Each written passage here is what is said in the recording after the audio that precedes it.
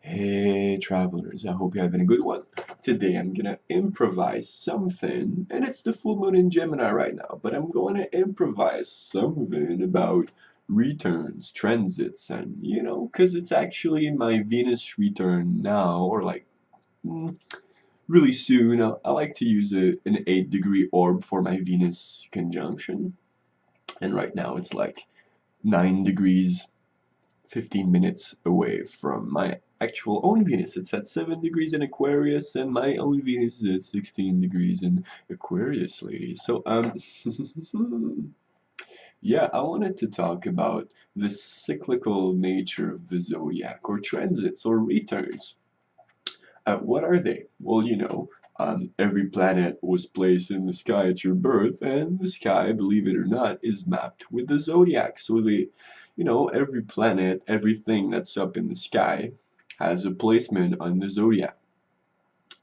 And when a planet is returning or transiting your natal planet, it simply means that it's um, at the same point that it was at your birth, at least, um, in a 2D way. It might not be at the same delineation or like at the same, exactly the same place, but it's about the same energy.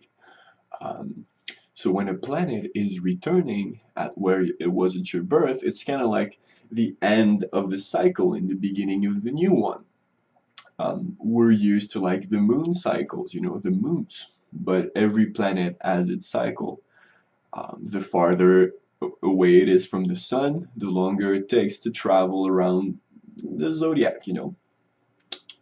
So we use the moons, to like kind of calculate the years or 12 cycles. It goes through the 12 signs every year. It might go 13 times, it might be full 13 times depending on like different years. I'm not gonna, I feel like I'm lacking a bit of knowledge in that aspect, so I'm not going to dive deep into that. But every planet has its own cycle. Venus has one, Mercury has one, Mars, Saturn, Jupiter, Uranus, Neptune, Pluto. So with Pluto, Neptune, Uranus, you're not, well, chances are you're not going to live the cycle because we don't live for like 200 years or 164 or whatever, however long it is. But by studying the cycles, we can actually learn a lot about the nature of the planets. We can learn a lot about the nature of the signs. Um, a good way to learn it is through the moon, because the moon moves pretty fast. It's a 28-degree cycle, so you can kind of see it like play out in every sign really quick. It spends about 2 days and a half in every sign, and it's always full. Let's say this new moon was in Sag, so the full one is going to be opposite to it. It's going to be in Gemini. The next new moon is going to be in the next sign after Sag. It's going to be Capricorn, meaning that the next full moon is going to be Cancer, which is opposite to Capricorn, and so on and so on. So you can kind of see the pattern of this matrix and try to understand the story that the zodiac is unfolding before your eyes. Um, so the moon is something. The moon like influences us a lot, especially if you're like Cancer ascendant or like have things in Cancer, or if your moon is important in your chart, if you're a lunar person, whatever. But every planet kind of has the same cycle. And where people make mistakes, I think, is that they're like, oh, today is my Venus return. Like, yeah, yeah, yeah, of course, like it is if it's actually like on, say your Venus is back on your Venus, but like the return, like you could say it starts from where the planet is actually opposite to where it was, and then it starts returning to where it was. Or you could even say that it's always returning to where it was. But people usually say that they've got their returns when the planet is exactly on the planet. But I have to say that the return, like the big part of the return, happens when the planet, let's say, I'll take Venus for example, because I got my Venus return coming up. When the planet goes in the house in which your own Venus would be placed, this is like the beginning of the return. Or perhaps when the planet goes in the sign in which it is placed, whatever comes first. And the closer it gets, the more things that are on the checklist that are checked, like, oh, it's in the sun, it's in the house, oh, it's in conjunction right now. This is the unfolding of all the cycle, everything that Venus would have been through since it last was returned. It gathered information, it learned, and now it's ready to return to where it was. And people would say that during your return, you could kind of see the tendencies of the next cycle. So what happens during your return is going to be, you know, your next cycle is you're going to focus on learning the lessons about the stance that you took during your return. That's why Saturn returns are important, you know. They take 30 years. So once you get to like 28, 29, and you hit like that Saturn return, it's like you become an adult. The next half, or like next part of your life, I hope it's more than the next half, but next part of your life is going to be working on though the first cycle of Saturn that you learned. But this is the same thing for every planet. I hope like this is clear. I hope like I'm teaching a little bit of things here and there. You know, it's the full moon in Gemini, so I'm like, so yeah, you know, and our birthdays, their solar returns every time it's your birthday. Well, it kind of changes because of like the bisextile years, but if you look degree by degree, about like a day before or after your birth is your solar return. So a renewal of the ego, of our individuality every time we hit this return, you know.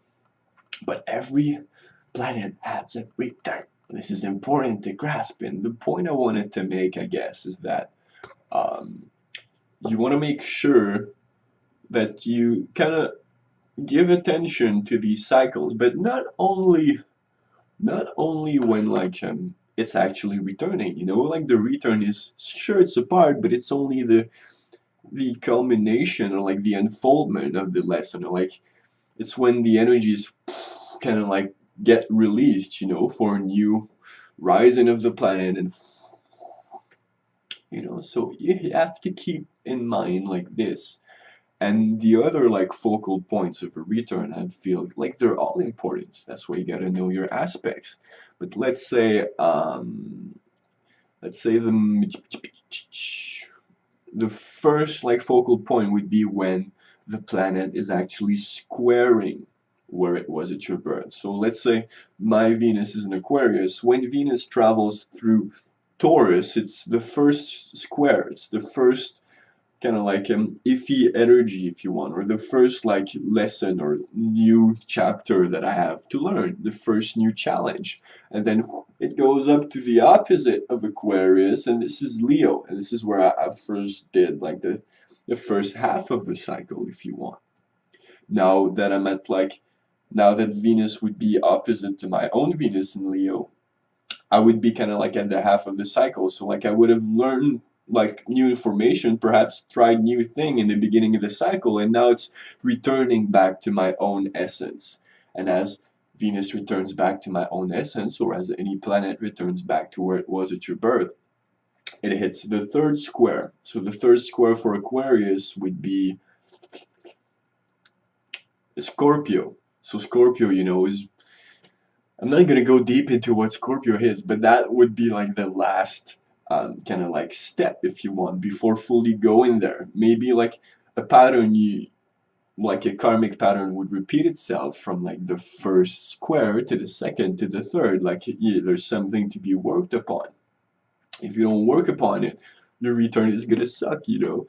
But you know, the last square, I feel, to where it was. This is actually like the bit in the broader sense, like your returns, like the final hard step to get there, you know? So, I mean, this is why astrology is a lifelong study, because if you truly want to study it, you have to live the cycles in a sense, or you have to study like how someone went through them. Um, This is why we're in touch with our mood, with our emotions, because it always travels all around. We live a big spectrum of things.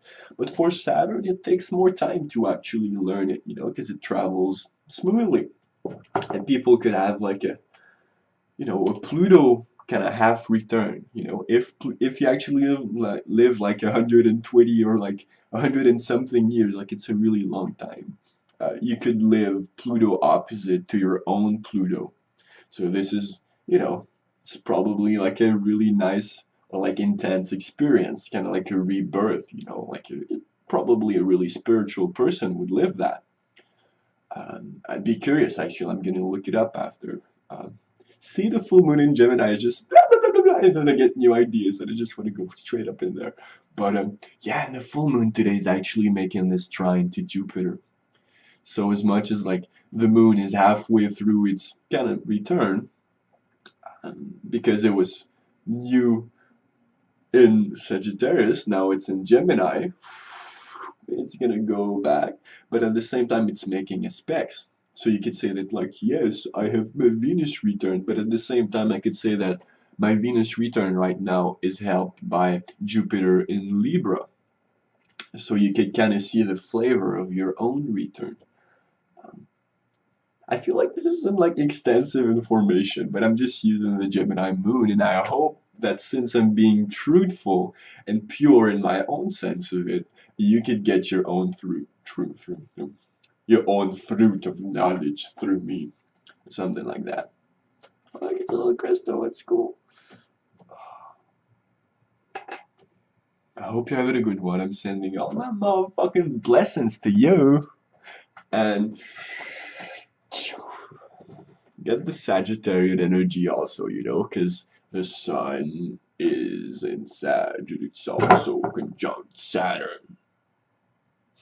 So perhaps today, or, you know, the Sagittarian energy could be used more to like see far away, but at the same time, Saturn is there, so it wants to keep us in place. So we have to be able to use that Saturn in Sag energy to like be able to see the broader perspective, yet still remain grounded and still like try to figure out how we could use our broader perspective of life and bring it into physicality. And the sun there is making this conjunction with Saturn, so that's good right now. And there's the moon opposite to it, which is giving me at least the ability of speech and communicating that stuff, and it kind of gives me like you know, a stance from which to see the sun, because I could just place myself as the sun or place myself as the moon, and since they're full or opposite on the zodiac wheel, I can clearly see what the other is from understanding one. So that's kind of like the magic of oppositions. And me being able to see, or me sharing my broader perspective of life, or like what I perceive as like a bird's eye view, if you want, um, is kind of like that Saturn conjunct Sun, and I'm doing it through the Moon in Gemini, 17 degrees, which is trining my Venus at 16 degrees. So I'm probably really beautiful today, which is mean, guys. Okay, I'm just fucking insane. So have a good one. You should like, comment, subscribe. If you're my dog, if you ain't, well, whatever. Go look at the other videos. Maybe you'll like them. I'm speaking so fast today.